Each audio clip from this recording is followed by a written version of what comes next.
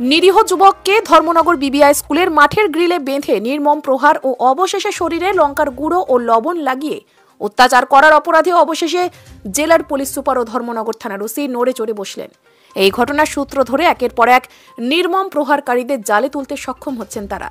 এই চরম অমানবিক ও ন্যাক্কারজনক ঘটনাটি ঘটে গত 18 জানুয়ারি বৃহস্পতিবার সকাল 8টা নাগাদ। খবরে প্রকাশ, ওই দিন সকাল 8টা নাগাদ ধর্মনগর নয়াপাড়া এলাকার বাসিন্দা বাদল শুক্লবৈদ্য, বয়স 18, পিতা মিন্টু শুক্লবৈদ্য, নিজের রাজমিস্ত্রির পেশার কাজের জন্য বিবিআই মাঠের অপর প্রান্তে রাস্তা দিয়ে যাচ্ছিল।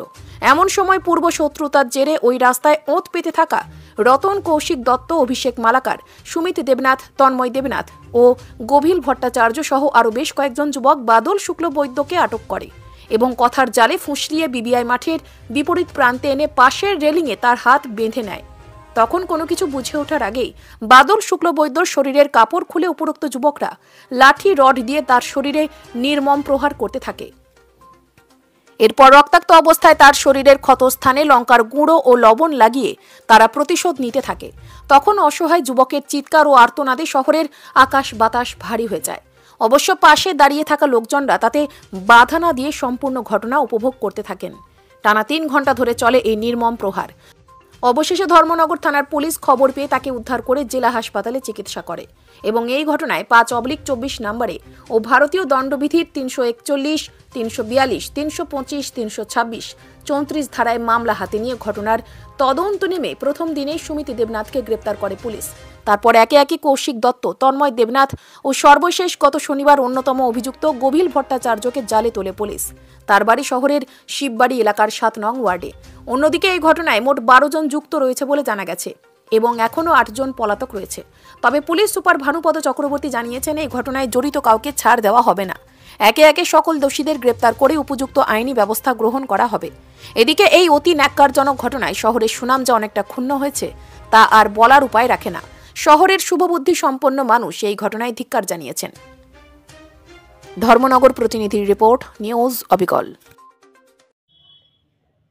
প্রথমে যেটা বলতে চাই, এটা খুবই দুঃখজনক ঘটনা।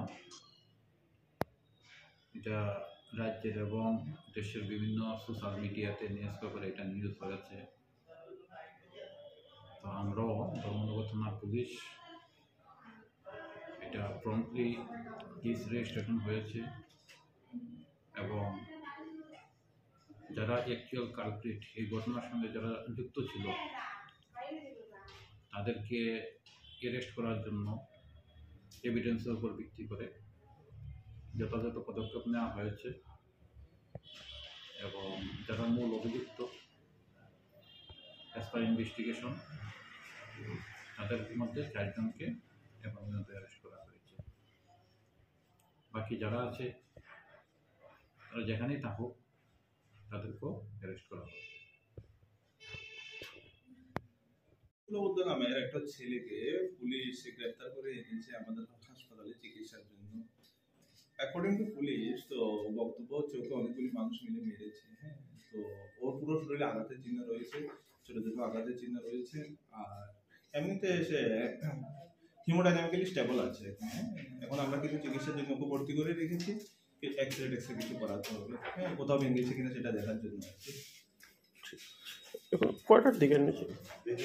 আমাদের কাছে তো পুলিশ তো এনেছে 11:30টার সময়। ঘটনাটা ঘটেছে, পুলিশ তো বলে যে 8টা 8:30টার সময় ঘটনাটা ঘটেছে।